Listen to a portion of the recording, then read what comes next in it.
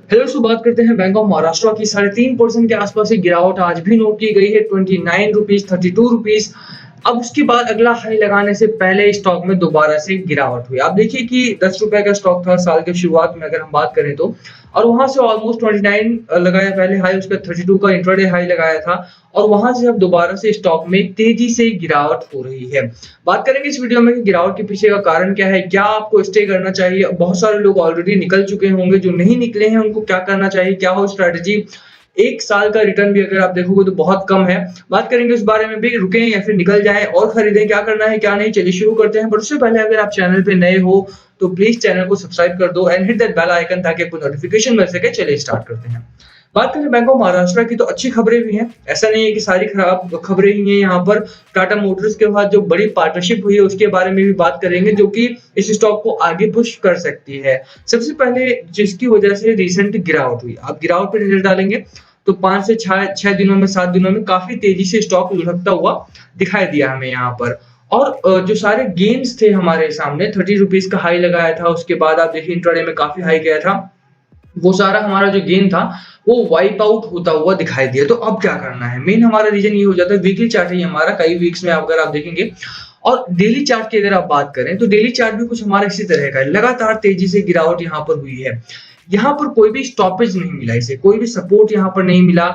जितने भी सपोर्ट थे वो लगातार ब्रेक हुए हैं, और अब क्या करना है, बात उसी की ही यहाँ पर हम करने वाले हैं। चलिए शुरू कर रहे हैं सबसे पहले क्वार्टरली रिजल्ट से, क्योंकि वो बहुत इंपॉर्टेंट है। क्यों उनका रिजल्ट आया जून में, आप देख सकते हैं कि मार्च में हमारा जो रिजल्ट था, 4,333 करोड़ का रेवेन्यू जनरेट किया था कंपनी ने। और इस बार जो क्वार्टर का रिजल्ट आया तो 3,794 करोड़ का रेवेन्यू जनरेट किया, बहुत बेहतरीन है। कम है पिछले क्वार्टर से, बट बहुत अच्छा है। अगर आप एक छोटी कंपनी के तौर पे देखेंगे, छोटा बैंक है हमारा, रीजनल बैंक हो जाता है हमारा, और उसके बावजूद भी जो कंसिस्टेंसी बनाई है, ओवर 3,000 करोड़ का रेवेन्यू जनरेट किया है, वो भी एक ऐसे समय में जब लगभग कंपनीज जो है वो कोविड-19 से हिट हुई हैं। ऐसे में भी बैंक ऑफ महाराष्ट्र ने अच्छा खासा प्रॉफिट आपको रेवेन्यू जनरेट करके दिया है। दूसरी अच्छी चीज क्या हुई है यहाँ पर, ऑपरेटिंग प्रॉफिट बढ़ा, इस क्वार्टर में ऑपरेटिंग प्रॉफिट भी बढ़ा, मार्जिन भी बढ़ा साथ साथ में, और नेट प्रॉफिट में भी एक अच्छा उछाल देखने को मिला। नेट प्रॉफिट अगर आप देखेंगे तो 213 करोड़ का नेट प्रॉफिट हो चुका है। पिछली बार नेट प्रॉफिट जो था हमारा वो 169 करोड़ का रिपोर्टेड था। तो Q1 के रिजल्ट में मुझे नहीं लगता कोई भी खराबी है। ये एक प्रॉब्लम रहती है कि जहां पर कमी होगी, जब न्यूज एंकर्स को स्टॉक गिराना होता है या बड़े ब्रोकरेज हाउस को न्यूज स्टॉक गिराना होता है, तो वो इस तरह का मैनिपुलेशन करते हैं कि जब भी रेवेन्यू कम है पिछले क्वार्टर से तो they will announce the revenue first. ठीक है कि रेवेन्यू में इतनी गिरावट आई है इस बार, अगर उनको उठाना है तो they will announce the net profit कि भैया नेट प्रॉफिट हमारा बढ़ गया है, इस बार बहुत तेजी से नेट प्रॉफिट बढ़ गया है। इस केस में क्या हुआ, महाराष्ट्र बैंक को किसी वजह से इनको मैनिपुलेट करके डाउनवर्ड लेकर के आना था, एंड दे हैड अनाउंस्ड कि भैया रेवेन्यू में इतनी गिरावट इस बार कंपनी ने रिपोर्ट की है, और उस पैनिक की वजह से यहाँ पर लोगों ने स्टॉक को सेल करना स्टार्ट कर दिया। तो उस पैनिक में बेचना स्टार्ट कर दिया। जब सेलिंग ओवरलोड हो गई, एक्स्ट्रा सप्लाई बाजार में आई, और उसी का नतीजा रहा कि जो बाजार में स्टॉक्स थे हमारे वो ओवरलोड हो गए, ओवरफ्लो हो गए, और वहां से स्टॉक में तेजी से गिरावट हुई। ये तो हमारा पहला कारण रहा। दूसरे कारण की बात करें तो बाजार के हालात अभी आप देखोगे ना तो ओवरऑल ठीक है, निफ्टी 50 आपका बहुत तेजी से बढ़ रहा है। स्टॉक्स कौन से बढ़ रहे हैं इस समय पर, अब देखेंगे तो कहीं ना कहीं हमारा जो कंज्यूमर सेक्टर है वो बढ़ रहा है, जो आईटी सेक्टर है वो तेजी से बढ़ रहा है, और साथ ही साथ कुछ हमारे जो मोटर ऑटो सेक्टर है वहां पर एक तेजी देखने को मिलती है। बट वोलेटिलिटी है बाजार में, आप उससे इनकार नहीं कर सकते हैं कि जितनी वोलेटिलिटी है, ओपन होता है बाजार हमारा, रेड जोन में जाता है, किसी तरह से ऊपर आता है, देन अगेन रेड जोन में आता है। तो बाजार की वोलेटिलिटी है हमारे सामने एक, जो कि छोटे स्टॉक्स को और ज्यादा गिरावट में लेकर के जा रही है। ऐसा बाजार जहां पर बाजार बहुत अनसर्टेन हो जाता है, वहां पर लोग छोटे स्टॉक्स को छोड़ते हैं, निकलते हैं वहां से बाहर और बड़े स्टॉक्स में पैसा डालते हैं। आज के टॉप 5 स्टॉक भी अगर आप देखोगे, टाटा कंज्यूमर, विप्रो और टेक महिंद्रा, हिंदुस्तान यूनिलीवर और नेस्ले इंडिया, तो कहीं ना कहीं आपको बड़े स्टॉक्स ही इस लिस्ट में देखने को मिलते हैं। गिरावट में हमारे छोटे स्टॉक्स बहुत तेजी से गिरे हैं। तो ये 2-3 रीजन है जिसकी वजह से स्टॉक आपका बहुत तेजी से फिसला है।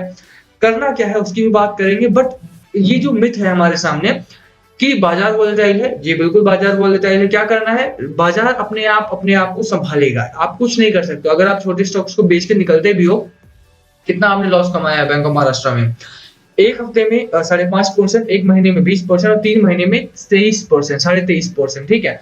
तो इतना लॉस अगर आप कमा चुके हो तो रुकना ही एक अच्छा फ़ायदा हो सकता है। क्यों रुकना के लिए बोल रहा हूँ मैं, क्योंकि कंपनी अच्छा खासा प्रॉफ़िट जनरेट कर रही है, पहला रीज़न। दूसरा जो रीसेंट पार्टनरशिप हुई है, homegrown auto major Tata Motors on Monday said it has partnered with Bank of Maharashtra to offer retail financing scheme for its passenger vehicle.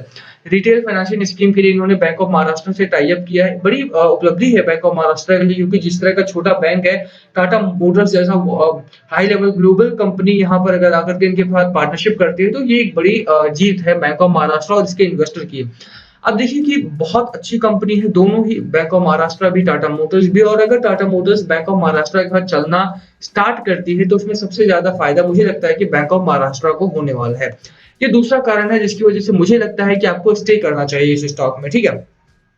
और अच्छा स्टॉक है, इसमें कोई दो राय नहीं है। म्यूचुअल फंड ने इस क्वार्टर में अगर आप देखेंगे तो स्लाइट चेंज किया है अपने शेयर होल्डिंग पैटर्न में। एफआईआई एफपीआई ने कोई चेंज नहीं किया है, तो शेयर होल्डिंग पैटर्न भी आपका वही है, क्योंकि देखो कि यार कंपनी अच्छी है, बैंक अच्छा है, आपका आज नहीं तो कल एक अच्छा खासा प्रॉफिट होगा ही होगा इस कंपनी में। तो स्टे करने की रणनीति मेरी भी यहाँ पर रहने वाली है। बात करते हैं कुछ यहाँ पर डिलीवरी परसेंटेज की यहाँ पर। तो अब देखिए कि 9 अगस्त से लेकर के 54% की डिलीवरी हमारी शुरू हुई और अभी भी यहाँ पर ओवर 40% की डिलीवरी उठाई जा रही है गिरावट के बाजार में भी। तो कहीं ना कहीं आप देखेंगे तो एवरेज जो डिलीवरी आ रही है ओवर 40% आ रही है। एक दिन यहाँ पर आप देखेंगे तो थोड़े 34% की डिलीवरी थी 13 अगस्त को। अदरवाइज एक अच्छी डिलीवरी यहाँ पर लगातार ओवर 50% के आसपास उठाई जा रही थी। तो एवरेज भी करेंगे तो ओवर 40% की डिलीवरी आपकी है।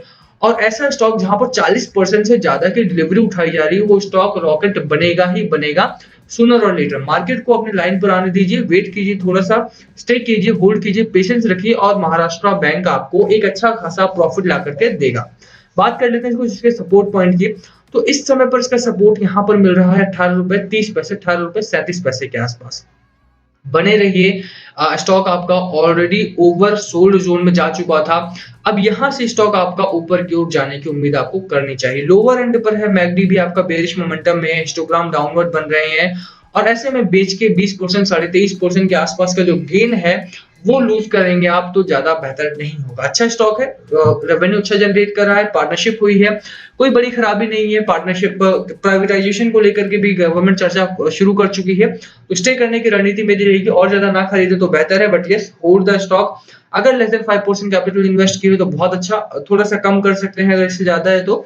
अदरवाइज होल्ड करने की सलाह मेरी आपको यहाँ पर रहने वाली है। लास्ट कॉल आपका होना चाहिए, बाय करना है, सेल करना है, होल्ड करना है, क्या है आपकी स्ट्रैटेजी, प्लीज कमेंट करके शेयर करना। वीडियो खत्म करते हैं, पसंद आए तो लाइक करना, चैनल पे नए हो तो सब्सक्राइब किए बिना मत जाना। Thank you for watching NS, please comment below अगर कुछ पूछना हो तो। थैंक